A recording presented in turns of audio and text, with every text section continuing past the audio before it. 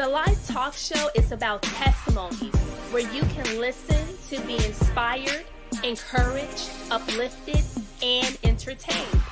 It's the life.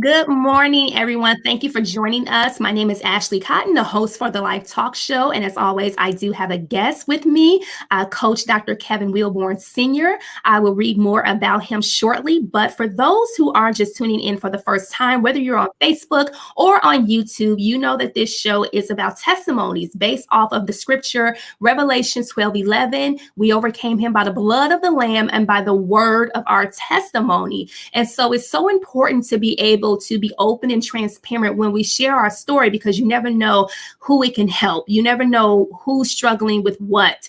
And so especially during this time of what, has been transpiring all around us, it's very important to be able to encourage and uplift and inspire. And so without further ado, Coach Dr. Kevin Wilbon, Sr., I should say, born and raised in the urban parts of Washington, D.C., he is a retired U.S. Army military veteran of 24 years. His areas of expertise was logistics, arms room weapons, which is NCOIC, contracting transportation, NCOIC, and central issuing facility, NCOIC.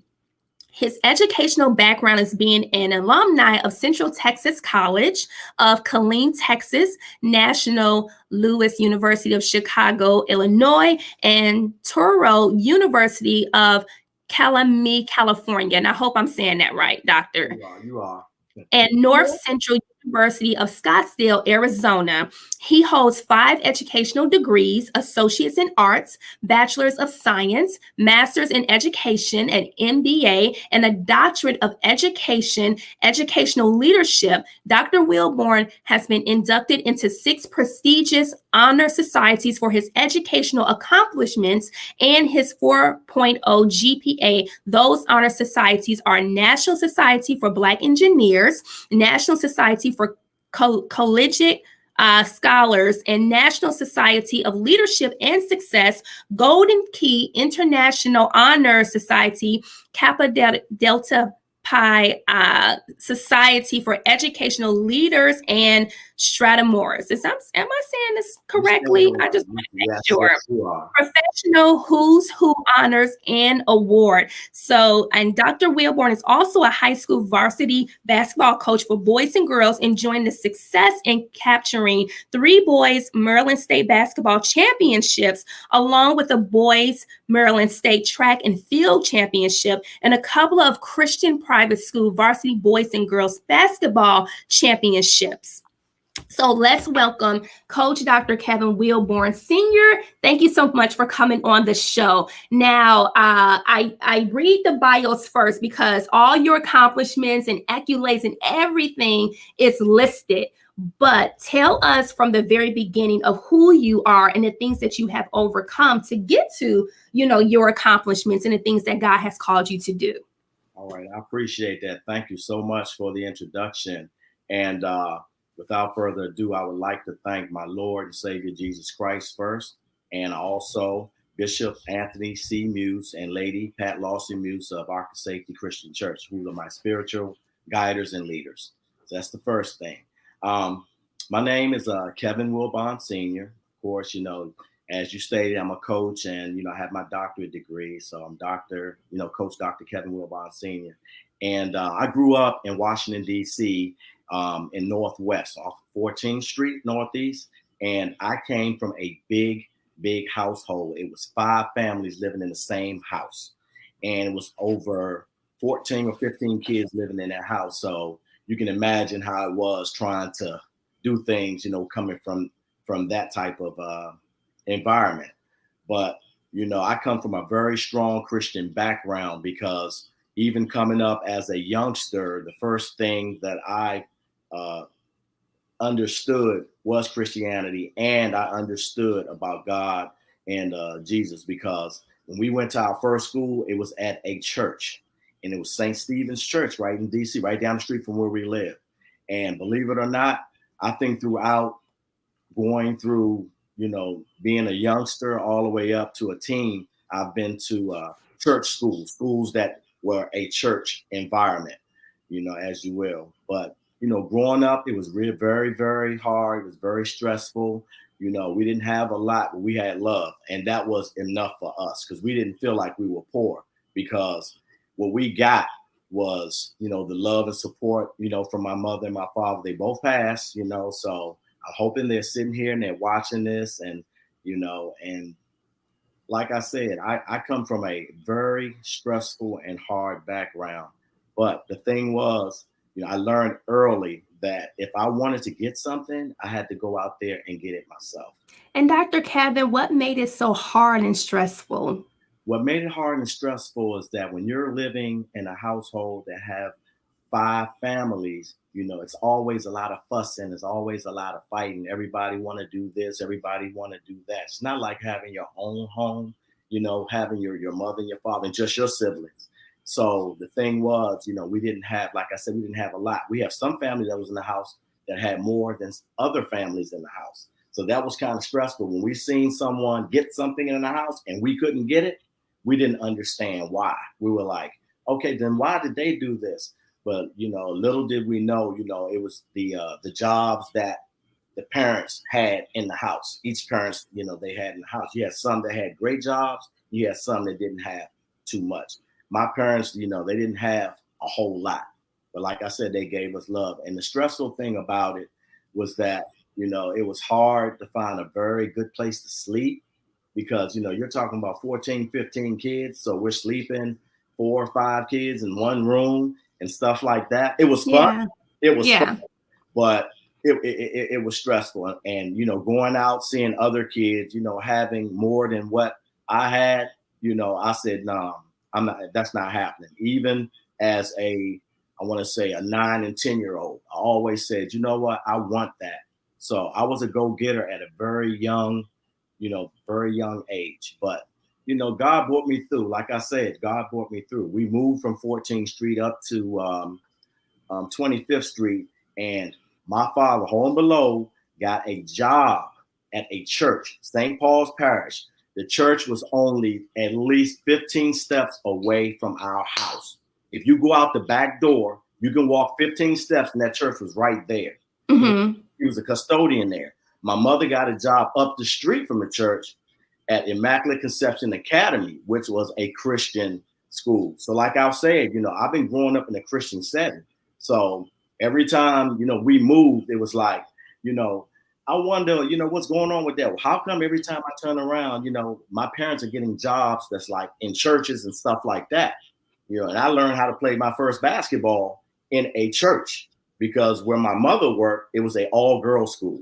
Mm-hmm. Had a basketball team. I used to go up there as a youngster, and the girls would let me come in because they knew my mother, and she taught there, and I played ball and stuff like that. So it was kind of rough. But then from there, we moved to Georgetown, and in Georgetown, that's when things start to really happen for me, because in Georgetown, you had the Watergate there, you had the Kennedy Center, and then you had Georgetown. And my mom was like, you know what, if you go out, don't go that far away from the house. I think out of all the kids in the family, I was the one that was always gone. I jumped on the bus, I was just gone, because I was that type of curious person and wanted to make money the best way I could. And I'm no saint. I've been through a whole lot. I did a whole lot of hustling when I was out there. I didn't hurt anybody, but I did hustling to get money, for myself and to do things like that. And I hung with, not the best people in the world or whatever, but the good thing was I had my own mind. Whenever they did something that I knew that was real terrible, I wouldn't be with them. If I know they were going to do it, I would go one way and they would go another. So, my mind was kind of strong, even coming up as a youngster. But I got my first job at the Biograph which is in Georgetown. The reason why I'm telling you this because it's going to be a connection. I got my Okay. first job at the Videographer in Georgetown, and it was a guy named John Waters. And I know a lot of people probably know this guy now because he is a Hollywood movie director. He did Serial Mom, he did The Cult of Chucky, and he did a whole lot of TV shows. He was Mm-hmm. the first person that gave me my job. I was 13 years old, and he gave me a job. And he sat down and talked to me, and he told me, and this is very rare coming up back in the 70s like that. You wouldn't have a whole lot of, Caucasian people sitting down talking to a young black guy, especially in that where I was living. Yeah. He told me, he liked, the way I was motivated by, coming into doing any kind of work in that movie theater to try to get paid. And he let me work there. And I actually worked there. And the kids used to come up to the movie theater and they see me behind the counter taking the money and letting them in the theater. And they were like, how'd you do this? And I say, well, my thing is when you want something, you have to go out there and get it. And that's exactly what I did. But the thing was, I used to pray a lot, and I still do. But I'm saying back then, as a youngster, I prayed a whole lot, and I would always ask God, to show me, what I need to do to get whatever I got. And Dr. Kevin, at such a young age, you have already been pretty much having a relationship with Jesus, establishing a relationship with him. So did you know him out of, religion, or did you know him through experiences with him? Like as far as him manifesting, the Holy Spirit manifesting to you at such a young age, how was that dynamic? I think the dynamic of that was that when we used to go to church, I've never ever, back then, as coming up as a youngster, I've never felt the Holy Ghost. I never knew what that was to feel the Holy Ghost. I used to see people, jump up, fall down, go crazy, fall out and stuff. And I was always wondering how come that never happened to me. And I used to see it because we used to go, we were in church faithfully. We was in church 3 times a week. And it never happened to me. But I've always, stayed there and prayed. And I think it was that God manifested himself into me and telling me, you know what, you are here for a reason. I put you on earth for a reason. And you can be a beam of light to other people that's your age. Because like I said, I was before my time. I was thinking ahead way more so than the other kids that I was with. I was very motivated. I'm not going to say I was the smartest kid, but I was motivated and I knew what I wanted. But I always knew, what was right and what was wrong. And people used to see me and they used to be like, you always have a lot of money. Everybody talks to you. And I think that's the thing that God put in me. He put that type of light where I can go out and talk to people and sit there and they understand everything, that I need and what I'm going through. So it was more of him manifesting himself in me. So I think it is religion. It's religion. Yeah. And so going from, you have a job now at the movie theater. Mm-hmm. And so from that point, what happens? What starts to transpire? What transpired then is that we moved over to Northeast. We moved, I don't know, about 1,000 times, but we moved over to Northeast and things started to get bad because over in Northeast, it was a little bit rougher than where I came from. I didn't have that type of environment where I can go out and still do the things that I did. So I didn't have a job back then. And then moving to Northeast, I used to hang with some bad people. And we did things, like I said, I wasn't proud of.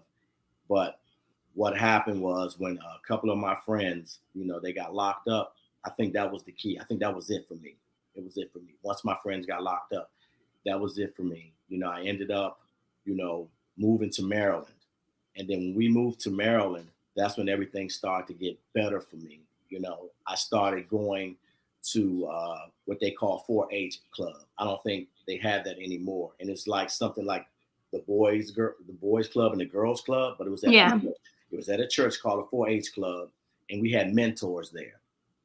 And when I started talking to the mentors and stuff like that, they really got me back on track to where I was supposed to be. And I ended up, going to high school, and my mind was good, my mind was clear. I ended up going to high school, playing basketball and running track. But the good thing was back then they had what they call work release programs where you could get credit for work. Mm-hmm. You didn't have to go to school all day. You can go to school half a day and then you go to work.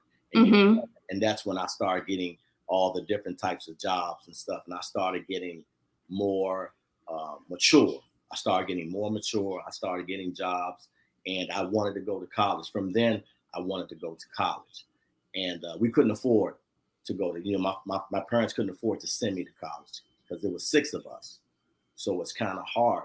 So from there, I went into the military, and that's how that happened. I jumped from high school straight to military right out of high school, and I just wanted to go to college. I mean, like after going to the mentorship at the 4-H club, they had my mind. You need education. You need to do this. The streets is not going to, streets are not good to you. If you want to be good and you want to get something out of life, you need an education and stuff like that. And they put that in me. And my parents, of course, my mother and father, they instilled that in me as a young kid too. But when you're coming from a household that have 4 brothers, and we all doing different things or whatever, we just we hard headed. Boys are just hard headed. They are, and we were. And so that's what happened from there. And God just put in me, what? You need to get away from home. You need to get away from this environment. You need to go off on your own to find your own way. And this is God speaking to me. And trust me, I did not want to go in the military. That wasn't something that I was willing to do. But I did it because I needed to get out. And I'll tell you this, when I went to the military, that first week, I called my mother and told her I'm coming back home. She told me, no, you're not. You don't have a bed here anymore. So whatever it is that you got to do there, you better go ahead and do it and get through it. And that was the best advice she could ever have given me in my life, because basic training was so hard, but I got through it. Mm-hmm. I got through it.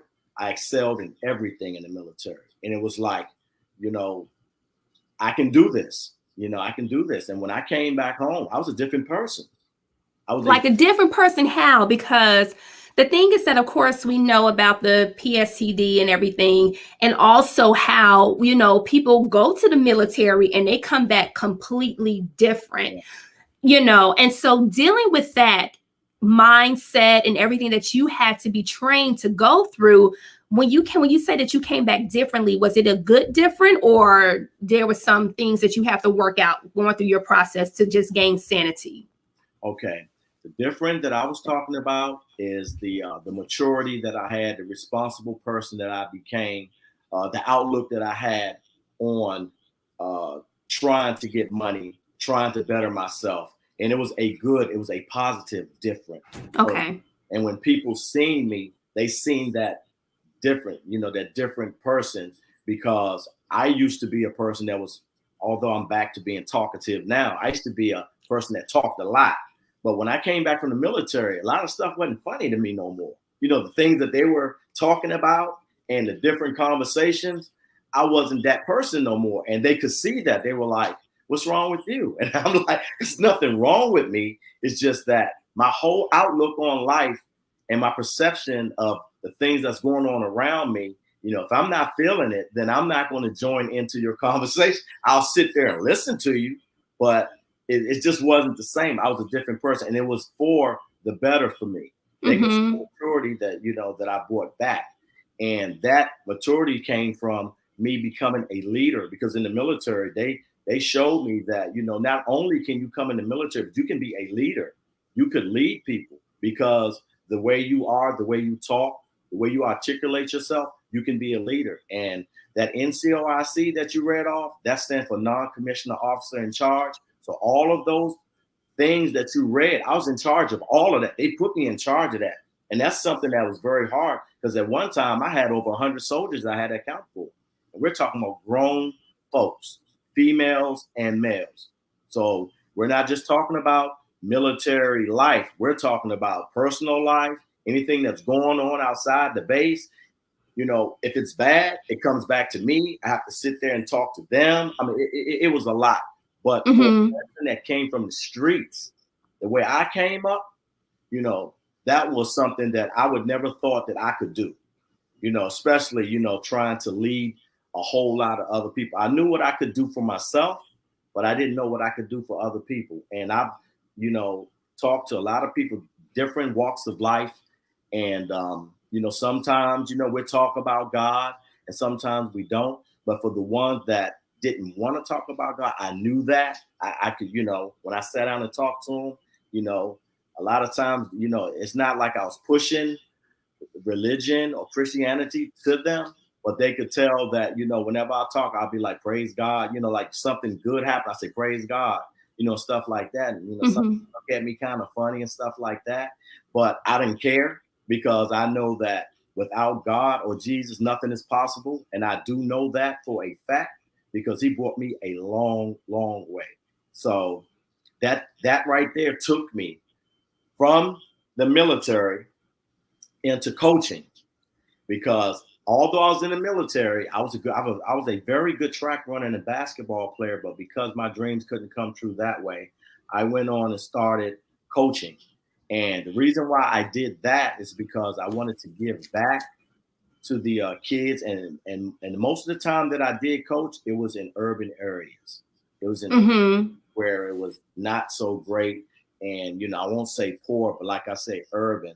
And I wanted to get back there and, try to make a difference and show them that, you know what, I came from the same place you came from and you can make it. You can make it. And my thing is, I don't, like I said, I don't try to push religion on them. But then when they ask me how I did it, then I let them know it was God. And Right. and then we'll have that talk. And and I was blessed because most of the people that I talked to, they sat and they listened. And Mm-hmm. like, you know what? If you can do that, I can do this too. And that's where it came in as far as the basketball coaching. And I coach everybody, all walks of life. I've had every nationality play for me, boys or girls. So it's not like I just took one race and played with everybody. So everybody know who I was. And then I ended up being successful because I had people, that look at me and say, you know what, we need this type of person to mentor and talk to kids. It wasn't really even about the basketball. It was really about mentoring them, giving life lessons and letting them know, that you can do more. It's not just about basketball. It's about what do you want to do, in your life. And Dr. Kevin, I like that you said that because this is definitely your ministry, helping kids and coaching them and mentoring. That although it was used as, being a basketball coach or a track coach or so have you, that God used you in such a way that you can reach the youth and that they can look to you as an example because you're not that far different from them. And they have someone that they can actually look at. And so I like the fact that God is not in a box where it has to be from a pulpit. It has to be within a sanctuary that, ministry could be at your 9-to-5 job if you choose to be used by him, if you choose to, have that or look at it as your ministry to touch people, to, of course, witness and to bring them closer. So that's really great. So what are you doing now? Okay, what am I doing now? I just finished getting my doctorate this past May, and I did my dissertation on cyberbullying and bullying in middle school. Mm-hmm. And it was a case study, for teachers. And I was kind of, interested in that because I came up in an environment where I seen it a lot, and even when I taught school, I had it in my classroom. I was around it, and I wanted to find out what makes them do that. Why would they want to do that? Why do they want to bully people? Why do they want to cyberbully people and stuff like that? So I did extensive research in doing that. And by doing that, I went on and said, you know what? I'm going to go ahead and start my own little business. And it's going to be sports, but it's going to be a mentorship in sports as well. So right now, I'm doing what they call motivational speaking and public speaking. Mm-hmm. And I have my little, it's just starting up because of the COVID. It would have blew up right when the COVID struck. We had all the kids ready to go, and it struck right in March last year. So we had to shut down. But the name of it is called WBI, and it's called Wilbon Basketball Incorporation. And what we do there, we not only teach them sports and fundamentals, we teach them life lessons, and we mentor them, and we talk to them about life, about making it, about doing other things to find out, what's on their mind, what is something that they want to do. And I have this partner that I partnered with. His name is John Wright. And I got to say this because John is a phenomenal motivator. He's a phenomenal fitness instructor. He was in the military for 24 years. So we partnered together, me and his wife and him. And it's called ABC/WBI Fitness, Youth, Fundamentals, and Coaching. And we got that going right now. And it's a great thing because we do it in church. We don't do it out in the street. We don't do it in the gym. We do it in the church. So, we had a whole lot. The first time we did, we had over 50 kids come. The first time we couldn't even get them in there. So what do you do to someone that, like you said, you don't post it out on the street, right? But how do you get kids involved who may think that, oh, church is boring, it's a bunch of rules, it's a bunch of this and that, and I want to do what I want to do. So how do you even get them engaged to want to come? Well, first, where I'm at, it is not so big. I'm down here in Waldorf. It's like, how you get a little small town, everybody know everybody. Yeah. I coached at 4 different schools here. So by me coaching at those schools, everybody know who I am. So all I would do is go online, post it, or, go to a school and, speak on it. You know how you have the different classes come into the gym and you start talking to the kids and stuff like that. Then I let them know that way, word of mouth get around. And next thing you know, people are calling me, emailing me and texting me, asking me, where is this going to be? I'm interested because I want my kid to go there. And that's how me and John Wright and Tammy Wright got all of these kids to come. So that's how we get them there. And then when they get there, they think they're going to just be getting there bouncing the basketball, but it ain't that type of party. We sit with them and we talk to them about life lessons. We talk to them about nutrition, to feed their body the right things so they can grow and be strong. And we teach them, life lessons as well as fitness. So that's what we're doing right now. That is so awesome. Thank you, Dr. Kevin. That is really great. So I see that you're really big on education. And let me tell you, it's like I have my associate's degree in criminal justice that I'm just not using whatsoever. Wow. But what made you so passionate to the fact that you want to go back and get your doctorate and then just, with all your, 5 degrees? I mean, what made you just keep going? Because I'm like, listen, I ain't going back to school. Well, I'm going to tell you what made me do that. The reason why I did that, because as a basketball coach, I was also an official. And the reason why, and here's the connection. The reason why, because you want to know both sides of everything. Although I coach it, I want to know how to officiate it. And by doing that, you would have to go back and go to school and learn how to do that. And by me putting that in my brain, I said, okay, if I want to own my business one day, I need me an MBA. I need to go to the school and get an MBA and learn all about the business aspects. So that's what I did as far as my MBA. Now, my master's in education, I figured that since I taught, and I did teach school in high school, and I did like that, but I was like, these kids they're a new breed now. They're a little bit different than these kids. They kind of like off the chain. So I said that I would have to go to school and get my master's in education. You should have turned into Mr. Clark. I know. You should have been Mr. Clark. I should have been Joe Clark, right? Bring the baseball back, call me Batman. But I'm going to tell you, the thing was, when I came into the school, I've never had no problems with them because I let them know right off the bat, y'all not here to play. Y'all here to get your education. And it depends. It's how you talk to kids now. Yeah.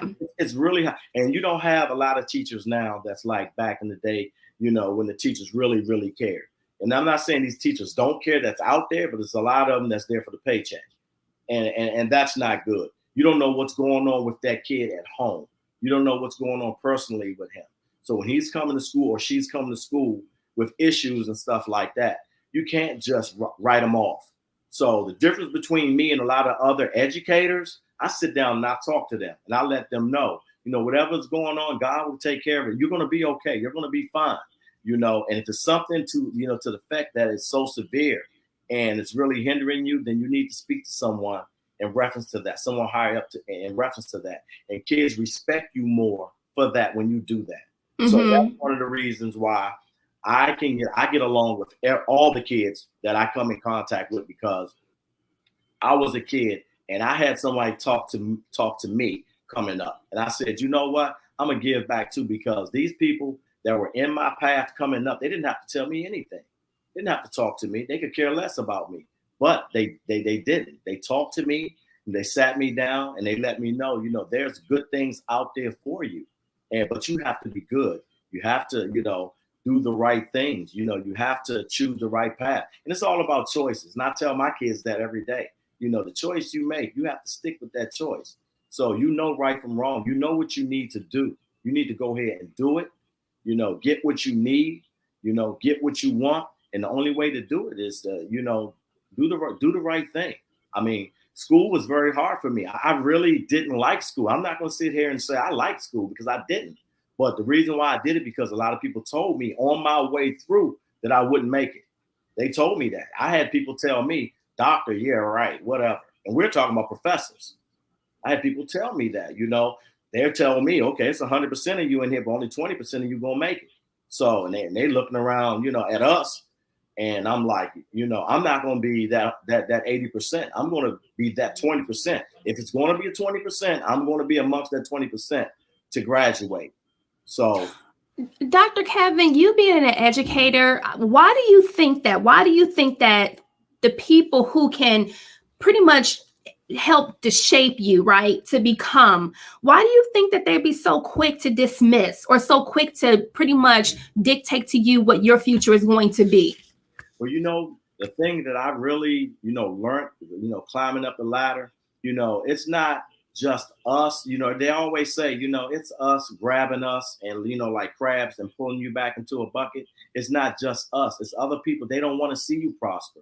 They don't want to see you get to that plateau that you want to get to. And you have a lot of jealousy and envy out there. And I've been through it all through my hoops of going through each channel to get each degree that I got. I had teachers that wasn't supportive. And I think the reason why, because, even though, they tell me, okay, you're not doing this, you're not going to do that, I just didn't give up. I just kept doing it. I had to change my dissertation twice. And that's frustrating, because when you change your dissertation, your whole research changed. And when your research changed, you got to start all over again. Yeah. And they did that to me. And then one college closed on me when I was doing my doctorate in my second year. They took my money. They closed on me. Didn't give me my money back. So I had to figure out, what am I going to do, to try to get this doctorate degree. The other people that were in my class with me, they stopped. I said, no, I'm not going to stop, because if I put this time in, God knows that, I'm going to get this thing, and I prayed to God and I said, give me the strength, give me the fortitude, give me the courage to keep going, because although, I'm older and, I'm not young like these young people getting their doctorate degrees or whatever, I'm going to do it. And I set my sights high and I end up doing it. And praise God for that. Congratulations. Wow. Through different obstacles that may come and may go and happen, that you have to persevere through it if you really want it. Yes, that's exactly, like, what are you made of? That's exactly right. And that's what I talk to the kids about. And not only the kids, the high school people and the college students.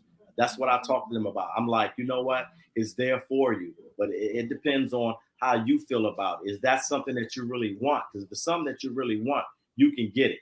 And I know a lot of people are not set up financially to go to school and stuff like that. Nobody wants to have student loans and stuff like that. And that's why a lot of us Blacks, we don't go to school as much as we should, because we worry about student loans, or we don't have the financial assistance to go to school. So I think that's one of the barriers and burdens that we carry, because we have so many awesome kids out there that can just be great, but they just don't get that chance because of financial, woes and stuff like that. And I tell them, you know what, this world is about money anyway. So no matter what you think or what you do, it's going to be money is going to be involved. It's going to be involved. So if you have to get a student loan, get that student loan, do whatever you need to do, pay your student loan back. But then when you get to school, be the best that you can be. So when you come out and get you one of those great jobs, you pay that student loan off, you made it. But that's something that you have to really want to do. And a lot of people are not willing to do that. And that's going to be some things that I'm going to be speaking about when I go out doing my public speaking and motivational speaking. Absolutely. And Dr. Kevin, just to add to that too, that they may not have the financial means to go to school, but would you encourage them to tap into their gift or their talent that God has placed in them, because it will make room for them? And I remember I was having this conversation with my really good best friend, because she has a son who is in college, and I think this is his second year of college. Okay. And we were just talking about, like, if I would have known then what I know now when it comes to education, I believe that if I could comprehend and understand what was on the inside of me and really grasp it at a young age, chances are I probably wouldn't went to school. I would have been more business savvy and more business minded to do what it is that I'm doing now, and to just really create a path for me. But of course, with all the different hangups and things that I had to endure and go through, I don't think that I would have chose education. And I'm not knocking education. Like, I went to Tuskegee University for 2 years. I have a associate's degree in criminal justice and everything, and student loans that I'm working out and paying and doing what I have to do with that. But what do you say to those who may say, you know what, I can graduate from high school. If they choose to go into the military, great. But then I can create a business and work this business and make money and do what I have to do. I mean, what do you say to that person? I would say that, school is not for everybody. And I would not press upon people to go to school. My thing is, I will tell my story about what I did, but I would not press no one to go to school, because, like I said, school is not for everybody. You have a millionaire and you got billionaires that never went to college. And the thing is, like you said, they can tap into their talent. Now, I know kids that can write poetry, that can read poetry, that can do all different types of things that they don't really have to go to school for, because they have that gift. They can do things like that. And to create a business, you don't have to go to school to create a business. But the thing that you do have to do is understand the business. You have to understand it. But you still have to educate yourself too. Like, you still have to be up to date and read about business and how to run the business and what, is the latest gadget or technology or whatever to advance that. So overall, you still need to educate yourself and learn. And like you said, it doesn't have to be school though, because you can read. They got praise God for the internet, because you can go on the internet and find anything now. You can even get ebooks and stuff like that. You don't have to even go to the library or anything like that. You can sit in the comfort of your own home and study and look things up. And you always have that option to talk to people that that may know things that you want to get into. So that way you don't have to go to school. So I would press upon people, like you said, tap into what you are good at, know your self-worth. Don't give up. Don't think that school is the only way, because it's not. And I've seen plenty of people that has not even been to college, and they are very, very successful, because what they did, they tapped into what they knew and their gift, and they were unique. Like I said, everybody's unique in their own way. God gives everybody a present to be unique in their own way, and they shouldn't have to worry about what everybody else is doing. I tell my kids, you know what? If you don't go to school, just make sure you have a plan, and if you have a plan for life, and if you got that plan for life and you can be able to take care of yourself, and if you have a family one day and you end up taking care of your family, then God, be the glory. So my thing is, I don't press upon them to be like me. I don't want nobody to be like me. Now, have all your children went to school? Yeah. Have they all finished? Yeah. Yeah, I got a son with a bachelor's degree. I got another son with a bachelor's and associates. And then I got the little one. He's like one of the top track runners in the country. And he's a 4.0 GPA student. And he just, they got schools around here that want him to come there to, for his academics as well as, his track running. So, but it's not because I pressed upon them to go to school.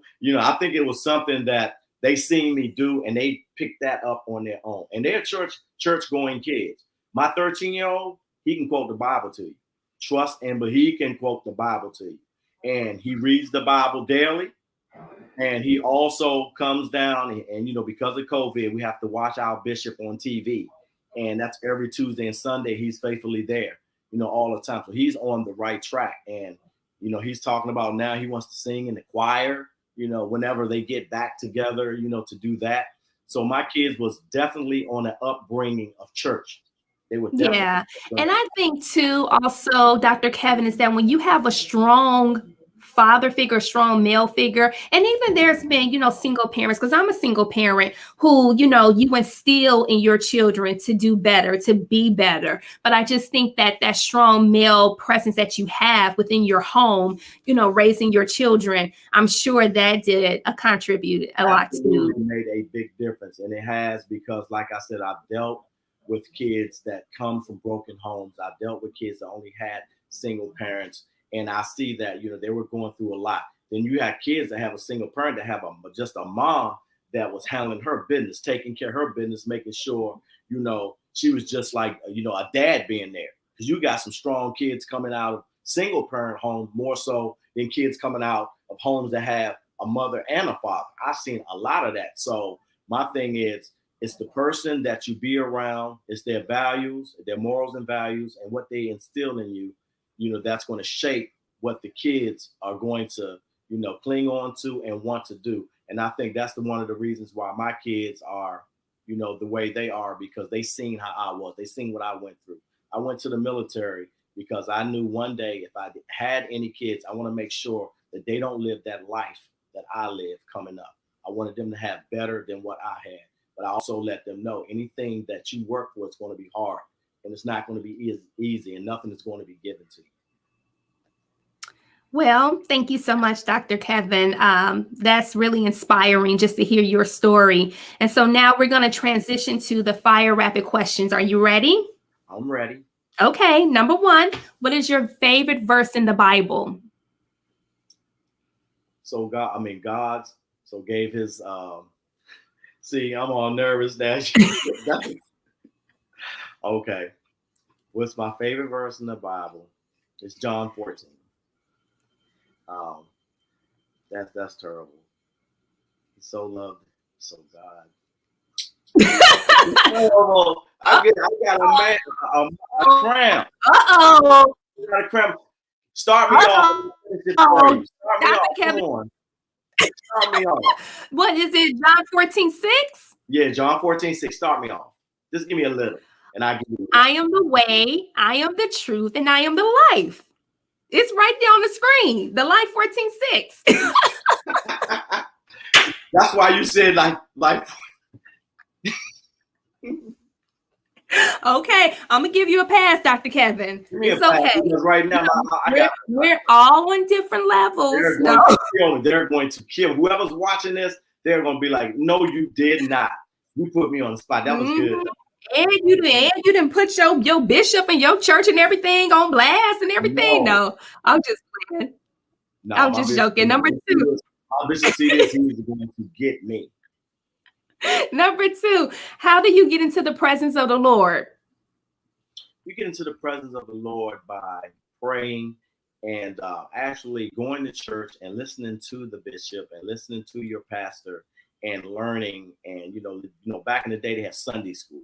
So, they don't really have too much Sunday school that much like they did back then. But in order to get into that, you need to go to church. So you can learn. Number 3, what do you think heaven it will be like? I think heaven is going to be perfect. I'm just trying to figure out if heaven is really have the gold roads that they said it's going to have, and we don't have to wear clothes. We got to walk around naked all day. I think that's what they say. They say you don't need any clothes because you're going to be a spirit. And my thing, Now, I heard different from the books I've read and from what people have said is that you actually do have clothes on. So you have like your tunics on, whatever he wants to fashion you with. okay. I did hear that, like even with your hair, the jewels, and the things that he puts in place on you. That's interesting. Number 4. Who would you like to meet in heaven? It can be from the New Testament or Old Testament. Would I like to meet in heaven? I would really like to meet Moses. Moses. I would like to meet Moses because, looking at a whole lot of different, reading about him and looking at a lot of different films, he was a, someone that God sent back to take care of things. And he was someone that a lot of people followed. So, that would be the person I would like. Number 5, given the opportunity where you're in an intimate, quiet setting and God manifests himself to you face to face, what would you say to him? I would say, God, thank you for everything that you've done for me, coming from, being young all the way up to, being a grown man, because you never left me. You were always there with me. And if it wasn't for you, I wouldn't be in the position that I'm in. So I would thank you for that. And last question, which is the bonus question. Is it worth being in a relationship with him? Like, would you ever, let's say, we don't know what lies ahead of us. We're only doing this thing by faith and not by sight. But if something traumatic was to happen and you don't know what that may be, would you still serve him? Would you still be able to want to be in a relationship with him? No matter what happens in my lifetime, if anything happened, whether good or bad, I would never leave God. I would never, turn my back, because he was always there for me. And yes, I would still serve him no matter what, because I've been through storms and I've been through things that I used to say, why God? Why? But I still believe in him. So yes, I would still serve him no matter what. Thank you so much, Dr. Kevin. Is there any last remarks or anything that you want to say to your audience before we go? Yeah, I do. And I want to say that soon, if God willing, I'm going to be, getting the podcast, putting it together, and it's going to be to motivate and educate, stimulate the mind. And the name of my podcast is going to be A Word with Dr. Wilbon. And I got something for you too. This is my shirt from my company. I'm going to be sending this to you. See what it says, Wilbon Incorporation? Yes, I do. I'm going to send this to you. Okay. Okay. I want you to wear it one day, and I'm also going to send you this.